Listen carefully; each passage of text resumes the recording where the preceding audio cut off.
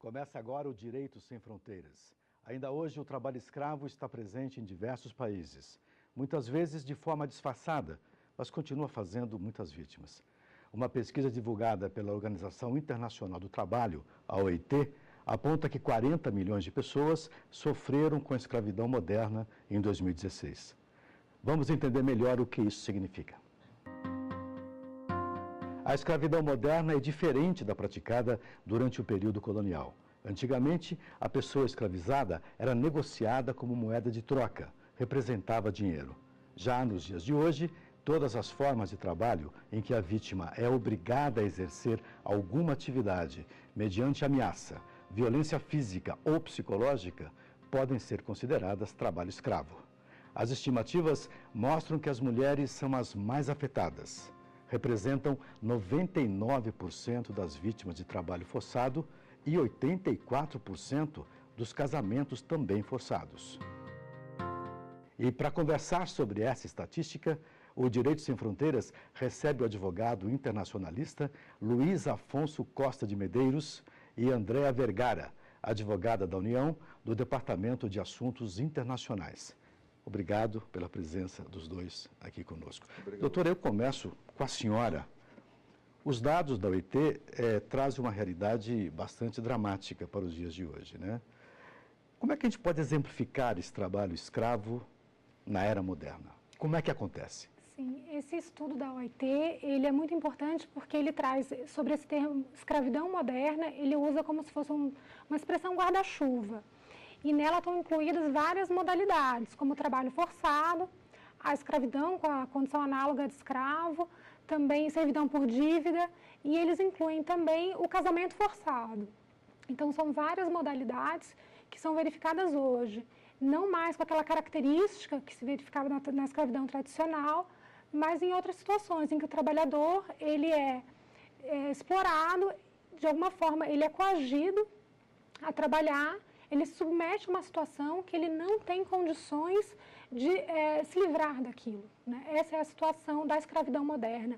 É uma situação de coerção, né? De ausência, o trabalhador não tem condições de fugir daquela situação que lhe é imposta. Entendi. Agora eu quero falar com o senhor, doutor, o seguinte.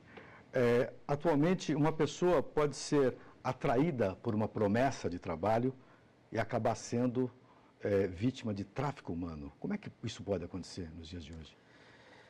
Certamente que sim, mas se o senhor me permite, eu gostaria de tecer uma consideração um pouco filosófica sobre o assunto. Se eu não fosse otimista, se eu fosse um pessimista, eu diria que esses dados são a falência da civilização.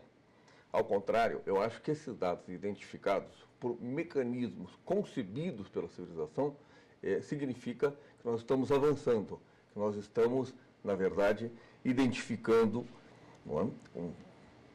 hoje considerado um crime, o trabalho escravo é um crime, não há legislação no mundo em que não considere o trabalho escravo criminoso. Então, a identificação do trabalho escravo e desses números, essa estatística, significa que a civilização avança no sentido de solucionar esse trabalho escravo. Até o século XIX, nós tínhamos o trabalho escravo institucionalizado. É preciso dizer, e é bom lembrar, que o Brasil revogou o trabalho escravo, aboliu a escravatura, ainda no Império, não é? E de lá para cá, nós temos tido legislações, e hoje a nossa legislação trabalhista, ela prevê, enfim, penalidades para quem tiver um indivíduo sob condições de escravos. Por que uma pessoa hoje pode ser vítima ainda de um trabalho escravo? Usualmente se fala que essa situação ela decorre de um tripé, né, de uma trilogia, né, a pobreza, a ganância e a impunidade. São elementos que juntos propiciam então a pobreza. O trabalhador vai acabar se submetendo por falta de opção, né, de condições, a ganância de quem explora aquela mão de obra e a certeza, claro, da impunidade, né? Por isso, todos esses esforços, né, no combate ao trabalho escravo são muito importantes. Doutora, talvez o ponto mais grave disso seja a pobreza, né? Sim. Porque a ganância sempre existiu, tá certo? Certo. A pobreza pode ser equilibrada. Uma pessoa que está bem de vida, talvez ela não se vitimize desse ponto, sim, né? Obviamente, a maioria da população que submete a essa situação Esses dados indicam isso. São grupos vulneráveis, né? No caso, não são minorias, são mulheres, crianças, são grupos que estão mais suscetíveis a dificuldades. As crianças, os estudos apontam que 1 em cada 4 dos trabalhadores nessas condições são crianças. E essas crianças estão aonde? Estão fora da escola, né? Então, assim, a ausência de educação, a ausência de oportunidades, a pobreza propicia, então, a exploração dessa pobreza. Entendi. Então, é um conjunto de fatores que você não tem como identificar uma única causa, mas certamente a questão da pobreza é muito importante. O Brasil assinou vários tratados para mitigar esse flagelo da escravidão. Em que pé está o Brasil hoje em relação a esse cenário? O Brasil está mais protegido em relação a outros países ou não? O Brasil é visto como um exemplo, viu? A legislação brasileira para coibir o trabalho escravo, ela é bastante observada, e nós temos mecanismos, né, que fazem com que essa lei seja de fato observada. Então nós somos um pouco, inclusive a OIT nesse último relatório, ela chama o Brasil para participar dessa cruzada, vamos dizer assim, no sentido de mitigar o trabalho escravo no mundo. É preciso dizer que existem mais de 300 acordos internacionais sobre o mesmo tema. O Brasil assinou todos eles, não? Não posso dizer se o Brasil assinou todos esses tratados. Mas, de um modo geral, as nações que integram as Nações Unidas, elas compõem, enfim, o conjunto de nações que assinam esses tratados. Mas assinar tratados não significa que você vá... Exatamente, que você vai coibir. Você tem que assinar o tratado e você tem que construir mecanismos internos para a fiscalização daquele tratado. Por outro lado, os organismos internacionais, não apenas a OIT, mas nós temos hoje a Organização Internacional de Imigração, e tem essa grande ONG, ou ONG, como se diz modernamente, a Walk Free, que é uma ONG ou uma ONG que trata de direitos humanos, que se insere também nesse contexto. Então, esses mecanismos internacionais, essas organizações multilaterais ou privativas, como é o caso da Walk Free, elas são mecanismos fortes para coibir esse tipo de coisa. Volto com o senhor. Volto com o senhor. O Brasil está bem protegido, doutora? Sim, eu queria chamar a atenção para o histórico, né? A situação, de fato, vem de longa data, mas em 1995, por conta de um trâmite de um caso, não exclusivamente, mas assim, coincidiu com o trâmite do caso José Pereira na Comissão Interamericana de Direitos Humanos, o Brasil começou a adotar medidas, reconheceu a existência da prática do trabalho escravo e começou a adotar medidas para acabar com o trabalho escravo no Brasil. É claro que isso não se faz de uma hora para outra, mas de lá para cá inúmeras medidas foram adotadas pelo governo e o Brasil passou sim a ser reconhecido pela OIT e no âmbito internacional como um modelo no combate ao trabalho escravo. E aí eu queria citar como exemplo, acho que todos sabem que o Brasil teve recentemente um caso de trabalho escravo levado à Corte Interamericana de Direitos Humanos, que é o caso Fazenda Brasil Verde. Nesse caso, apesar do Estado brasileiro ter tido realmente a responsabilidade reconhecida em alguns pontos, a Corte, em relação ao medido de adoção, de determinação de medidas de políticas públicas, a Corte Interamericana reconheceu que as medidas que o Estado brasileiro adota são medidas suficientes. Claro, ela instou o Estado brasileiro a continuar avançando nessas medidas. Mas parece que tem gente tentando mudar essa legislação no Brasil. Sim, isso aí, a legislação tem projetos de lei, tem uma tentativa, a Corte reconheceu o que estava sendo feito até então. Se mudar... Sim, aí o Brasil pode estar sujeito a ter uma reavaliação disso, né? Um novo caso ser submetido, porque ela reconheceu que as medidas adotadas eram boas e instou o Brasil a não retroagir, a simplesmente continuar avançando nessas medidas, né? Então, o que a gente pode dizer é que de 95 para cá, houve realmente muito avanço com o envolvimento de muitas instituições. O Ministério Público do Trabalho, o Ministério do Trabalho, o Ministério Público Federal. Hoje em dia, a Defensoria Pública da União acompanha esses grupos móveis de fiscalização. Então, o Estado brasileiro tem muitas medidas que foram reconhecidas no âmbito internacional e a gente tem que continuar com essas medidas, com certeza. Já voltamos com esse assunto, doutor, voltamos já. Vamos para um rápido intervalo e voltamos daqui a pouco. Não vai embora.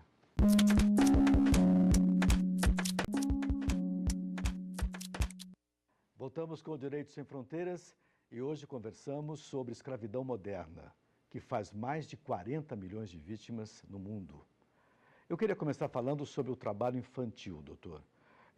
O trabalho infantil já é um crime, mas ainda há casamento infantil dentro desse arcabouço de escravidão. Como é que a gente explica uma coisa dessa numa época moderna? É uma questão bastante difícil, porque o casamento infantil ele foge um pouco aos padrões da civilização ocidental. O Ocidente resolveu isso já há muito tempo. E países não ocidentais ainda têm uma legislação que contempla o casamento infantil, enfim, que é uma forma de escravidão, do ponto de vista do direito ocidental, né? Desse direito que vem sendo construído há mais de 2000 anos. Então, é necessário que os organismos internacionais, através das suas grandes assembleias, das suas legislações, etc., comecem a cooptar essas nações, a se convencerem de que esse tipo de casamento não é um padrão desejável para a humanidade e para a civilização. É isso que eu entendo. Nós não podemos entrar em assuntos internos, não é, de nações que têm a sua soberania, que têm a sua legislação, mas nós podemos conquistar essas nações a perceberem que esse tipo de prática não é uma prática civilizada, ao contrário. Ok. Doutora, nós temos aqui uma lista ruim. Índia, China, Paquistão, Bangladesh e Uzbequistão são os países que lideram o ranking da escravidão no mundo. Por quê? Eles não têm uma lei sobre isso? Bom, acho que o problema não é especificamente de leis, né? É claro que a Índia ela é um país que tem uma legislação trabalhista, por exemplo, parca, fica muito no âmbito do contrato, mas isso acontece também com os Estados Unidos, por exemplo, onde a maioria dos direitos trabalhistas vão ser negociados no contrato. O que acho que define, a China já tem normas, tem muitas normas, claro que não são talvez o padrão da OIT. Eu uma vez li, não tenho certeza se o dado permanece, mas que lá na China se garante no mínimo 5 dias de férias. Já na Índia não teria um mínimo nem nos Estados Unidos. Então, você vê que a questão não é simplesmente de existir uma legislação. Existe, por exemplo, na Índia e na China, previsão de criminalização do trabalho escravo, mas nem por isso ele deixa de existir. A questão, acho que é muito mais das condições de vida da população, do desenvolvimento do país, da necessidade. Aquele tripé que a senhora falou, a pobreza joga essas populações nas mãos dos vulnerável, a população fica vulnerável, né? A população que não tem acesso à educação, à alimentação, a oportunidades de vida, ela fica suscetível ao trabalho escravo, né? Para a sobrevivência. Então, acho que muito mais do que uma questão de legislação, é uma questão de oportunidades para a população desses países. Não só no Brasil, mas nesses países também existem várias empresas que produzem para países europeus, países da América, e pagam salários irrisórios para aqueles trabalhadores. Como é que o senhor qualifica o capitalismo moderno com esse tripé na escravidão, doutor? A relação capital-trabalho sempre foi algo conturbado. Não é? O capital precisa investir e precisa obter lucros. Agora, o lucro realmente não pode ser sob a condição escrava de um empregado ou de um trabalhador. E isso, às vezes, é muito relativo. Né? Eu não tenho nenhuma informação de que no mundo ocidental, enfim, exista uma legislação que permita esse tipo de coisa. Sabe-se que em países, como citou a doutora Andréia, Índia, China e etc., que essas relações são muito mais díspares, ou seja, o trabalhador não tem como enfrentar o dono do capital, que às vezes é o Estado, como no caso da China. O dono do capital é o Estado, com pequenas inserções da iniciativa privada. Então, isso é muito, para nós ocidentais, isso é bastante difícil de aceitar. E é bastante difícil também de tratar, na medida em que esses países estão fornecendo para o mundo ocidental. Nós compramos essa produção, nós compramos produtos, enfim, que foram trabalhados de forma indevida. Então, há aí uma certa conivência, digamos, do consumidor ocidental, não é, com aquele gênero ou aquele tipo de trabalho ou aquela relação de trabalho que existem entre os cidadãos daqueles países e as suas empresas, sejam elas estatais ou não. Perfeito. É um problema bastante complicado, bastante complexo, mas que me parece que nesse grande concerto das nações é possível que se vá, pouco a pouco, mitigando ou se encaminhando a uma solução. E o Brasil? Como é que isso afeta o Brasil, esse trabalho escravo e a nossa nação? Bom, em primeiro lugar, o trabalho escravo ele é uma ofensa, né, aos direitos humanos, à dignidade humana, então tem que ser realmente combatido, porque nenhum país, nenhum cidadão vai querer viver, saber que ele está, de alguma forma, usufruindo, se beneficiando da exploração de outro ser humano. Então, por uma questão mesmo social, o trabalho escravo tem que ser eliminado. Mas, além disso, essa consciência tem a questão econômica, né? O Brasil, por isso medidas como a lista suja são medidas importantes mesmo, que têm que permanecer, porque permitem que a população seja parte nessa tomada de consciência e optar, eu não vou consumir um produto que contribui para essa situação. E aí, só que quando você adota esses mecanismos, isso tem impactos econômicos grandes, né? Porque existem países que evitam comprar produtos que têm origem em mão de obra escrava. E realmente tem que haver uma reação de toda a população. O senhor acha que seria possível fazer isso, fazer uma lista de, digamos, de produtos ou de empresas que usam mão de obra escrava, essa lista suja, por exemplo, mas aí não apenas daqueles que trabalham aqui, mas que trabalham globalmente, e a partir daí haver uma reação da sociedade civil? Eu creio que sim. E eu creio que o Brasil poderia liderar essa iniciativa. Como seria possível isso? Porque nós temos a nossa lista. Sim. Nosso Brasil inaugurou aqui uma lista de empresas que eventualmente estariam usando o trabalho escravo. E o Brasil poderia lançar, sim, por meio de organizações internacionais, da OIT, ou seja qual for a organização, um projeto desse, um programa para penalizar os países que utilizam esse tipo de mão de obra e coibir, de uma certa forma, a comercialização desses produtos. Mas é difícil, às vezes, você identificar. Não é? E muitas vezes nós estamos comprando um produto aqui no Brasil e nós não sabemos como ele é produzido. Quer dizer, a fiscalização, né, o mecanismo de fiscalização desse tipo de produção é bastante complexo. Por quê? Porque o país ou os países que assinariam um acordo nesse sentido deveriam permitir que organizações internacionais fiscalizassem esse tipo de trabalho.